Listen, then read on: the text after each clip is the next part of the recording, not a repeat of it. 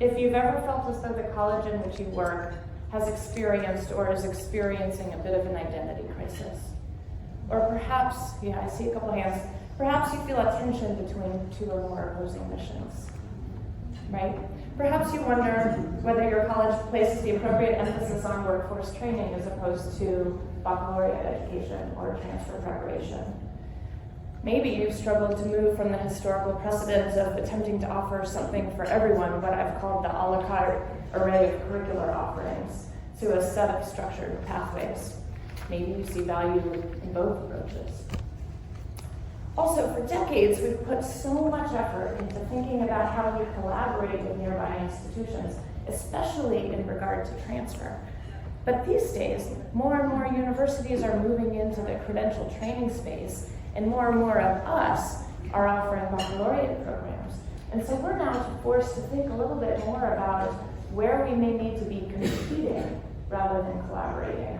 And oftentimes that means competing with institutions that may be far more well-resourced than we are. So a lot of these tensions are internal. They relate really to who we are as institutions or maybe who we want to be.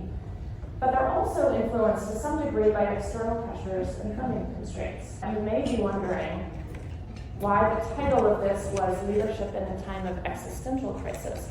These are super important questions, but are they existential?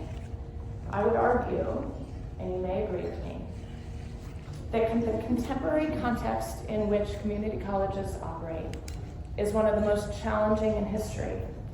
Not only must you navigate multiple, often competing pressures, but you must do so while educating the most vulnerable and marginalized populations, with per FTE allocations that are not only the lowest among institutions of higher education, but that have been steadily decreasing for the past 40 years.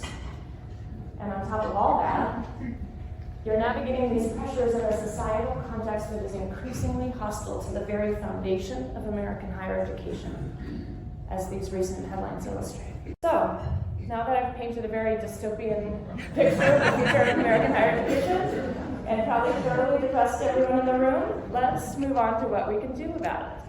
I began this presentation by listing just a handful of the day-to-day tensions that community college face in the context of a society that is increasingly hostile to the very principles that have made our system so successful for 390 years.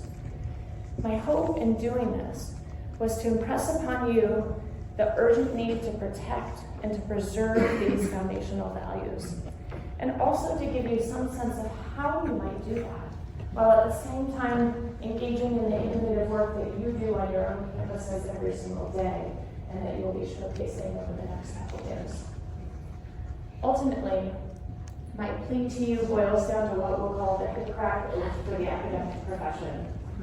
What's the first tenet of that oath? Do no harm, exactly. In other words, do not act in ways that contribute to the erosion of higher education's bedrock values. And second, do what you can when you can to protect and preserve the pillars on which our system rests. A, so we're not always working in a state of existential dread. And B, so we can continue to do what community colleges have always sought to do, which is to serve students and communities in unique and equitable ways that lead to a just, prosperous, and small d democratic society.